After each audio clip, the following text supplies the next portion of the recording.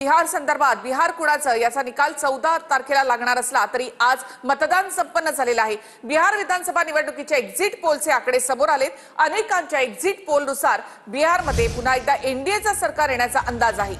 Matrix आणि Aires नुसार एनडीएला 147 ते 167 जागांचा अंदाज व्यक्त करण्यात आलेला आहे। तर चाणक्याचा एक्झिट पोल सांगतो 130 ते 138 जागा एनडीएला मिळू शकतात। तर महाआघाडीला या ठिकाणी 87 ते 102 जागा देण्यात आलेल्या आहेत। चाणक्याच्या स्ट्रॅटेजिस पोलनुसार एनडीएला या ठिकाणी 133 ते 148 जागा मिळण्याचा अंदाज। अनेकांच्या एक्झिट पोलनुसार बिहारमध्ये एनडीए सरकार येण्याचा अंदाज आहे। मॅट्रिक्स आणि आयएनएस नुसार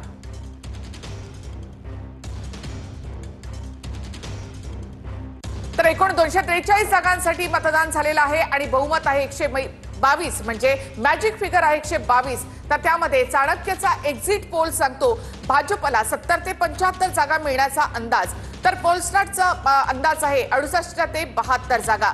जेडीयूला चाणक्यानुसार 52 ते 57 जागा मिळण्याचा अंदाज आहे। तर पोलस्टारला या ठिकाणी 55 ते 60 जागा मिळण्याचा अंदाज। एलजेपीला 14 ते 19 जागा मिळण्याचा अंदाज चाणक्याने वर्तवलेला आहे। तर पोलस्टारनं एलजेपीला 9 ते 12 जागा मिळण्याचा अंदाज वर्तवण्यात आलेला आहे। चाणक्यानुसार काँग्रेसला 17 ते 23 जागा मिळू शकतात। तर पोलस्टारनुसार 9 ते 13 जागा काँग्रेसला मिळू शकतात। आरजेडीला 75 ते 80 जागा मिळण्याचा अंदाज चाणक्यकडनं वर्तवण्यात आलेला आहे। तर पोलस्टारनुसार 65 ते 72 जागा आरजेडीला मिळू शकतात। जेएसपीला इथे चाणक्यकडनं 5 जागा वर्तवण्यात आलेल्या आहेत। तर पोलस्टारकडनं 5 जागा वर्तवण्यात आलेल्या आहेत। जेएसपीनं अशाही 6 जागा या ठिकाणी लढवलेल्या आहेत। तर पोलस्टारनुसार एनडीएला भाजप या ठिकाणी 68 ते 72 जागा मिळण्याचा अंदाज आहे। जेडीयूला 55 ते 60 जागा मिळण्याचा अंदाज आहे। तर एलजेपीला 9 ते 12 जागा मिळण्याचा अंदाज आहे। तर महाआघाडीमध्ये काँग्रेसला 9 ते 13 जागा मिळण्याचा अंदाज। तर आरजेडीला 65 ते 72 जागा मिळण्याचा अंदाज आणि जेएसपीला 5 जागा मिळण्याचा अंदाज आहे। म्हणजे प्रशांत किशोर यांच्या पक्षाला 5 जागा मिळण्याचा अंदाज यामध्ये वर्तवण्यात आलेला आहे। तर एकूण मिळून एनडीएला पोलस्टारनुसार 133 ते 148 जागा मिळण्याचा अंदाज। तर महाआघाडीला 87 ते 102 जागा मिळण्याचा अंदाज यामध्ये वर्तवण्यात आलेला आहे। म्हणजे बिहारमध्ये पुन्हा एकदा एनडीएचं सरकार येणार असा अंदाज पोलस्टारनं वर्तवलाय। चाणक्याची आकडेवारी आपण पाहतो। चाणक्याचा अंदाज आहे एनडीएला म्हणजे भाजपला इथे 70 ते 75 जागा मिळण्याचा अंदाज। जेडीयूला 52 ते 57 जागा मिळण्याचा अंदाज। एलजेपीला 14 ते 19 जागा मिळण्याचा अंदाज। तर महाआघाडीमध्ये काँग्रेसला 17 ते 23 जागा मिळण्याचा अंदाज। आरजेडीला 75 ते 80 जागा मिळण्याचा अंदाज आणि प्रशांत किशोर यांच्या पक्षाला 5 जागा मिळण्याचा अंदाज यामध्ये वर्तवण्यात आलाय। तर बिहारमधले हे अंदाज आपण या ठिकाणी पाहतोय। बिहारमध्ये यावेळेला छप्पर तोड अशा प्रकारे मतदान झालेलं आहे। पहिल्या टप्प्यामध्ये 64.66% मतदान झालं। दुसऱ्या टप्प्यामध्ये 5 वाजेपर्यंत 67%हून अधिक मतदान बिहारमध्ये झालेलं आहे। छप्पर तोड असं हे मतदान कुणाच्या वाट्याला जाणार आणि कुणाचं नशीब फळफळणार।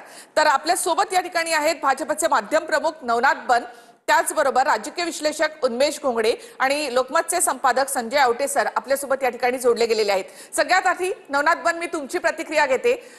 सगळ्या अंदाजांमध्ये या एक्झिट पोलमध्ये एनडीएला सर्वाधिक जागा अंदाज यामध्ये देण्यात आलेला आहे। विन विन कंडिशन आहे भाजपसाठी।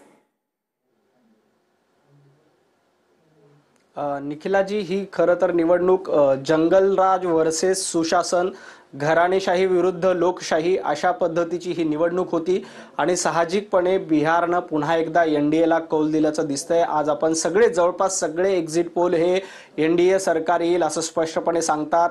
ज्या पद्धतीनं बिहारमध्ये डबल इंजिन सरकारने किमया केली होती, बिहारमधली गरिबी दूर करण्यासाठी असो किंवा महिलांची श्रीमंती यावी आणि बिहारमध्ये एकूण सुशासन राहावं यासाठीचे प्रयत्न गेल्या 5 वर्षामध्ये नितीश कुमारजी यांच्या नेतृत्वात केले होते। त्याचं हे फळ मिळून डबल इंजिन सरकारला पुन्हा एकदा बिहारमध्ये स्पष्टपणे बहुमत असतानाचं दिसतंय। आपण बघतो की अगदी जागा वाटपापासून एनडीएने आघाडी घेतली होती। सगळ्यात आधी एनडीएचं जागा वाटप झालं होतं। खरं तर काँग्रेस आणि लालू प्रसाद यादव यांच्या पक्षामध्ये बऱ्याच ठिकाणी जागा वाटपावरून भांडणं झाले। त्या तुलनेमध्ये भारतीय जनता पार्टी आणि JDU मध्ये अतिशय समान जागा वाटप झालं होतं. चांगल्या पद्धतीनं खेळीमेळीच्या वातावरणात जागा वाटप झालं होतं आणि लोकांचा विश्वास पुन्हा एकदा NDA वर पंतप्रधान नरेंद्र मोदीजी आणि नितीश कुमारजी यांच्यावर आहे हे एकदा सिद्ध होतंय.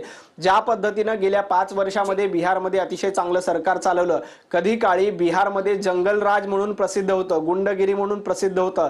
असं असताना त्या बदल्यामध्ये एक चांगलं सुशासन, चांगलं प्रशासन आणि डबल इंजिनचं सरकार, केंद्रामध्ये पंतप्रधान नरेंद्र मोदींसारखा कणखर नेता आणि राज्यामध्ये नितीश कुमार यांच्यासारखं अतिशय सुशासन, सगळ्यांना सोबत घेऊन जाणारं नेतृत्व, या दोघांवरही बिहारच्या जनतेनं विश्वास ठेवलेला आहे. भारतीय जनता पार्टीचे कार्यकर्ते ग्राउंडवर मोठ्या प्रमाणात मेहनत करत होते. अनेक मतदारसंघामध्ये भारतीय जनता पार्टीचे कार्यकर्ते मेहनत करत होते. या सगळ्याचं फळ मला वाटतं या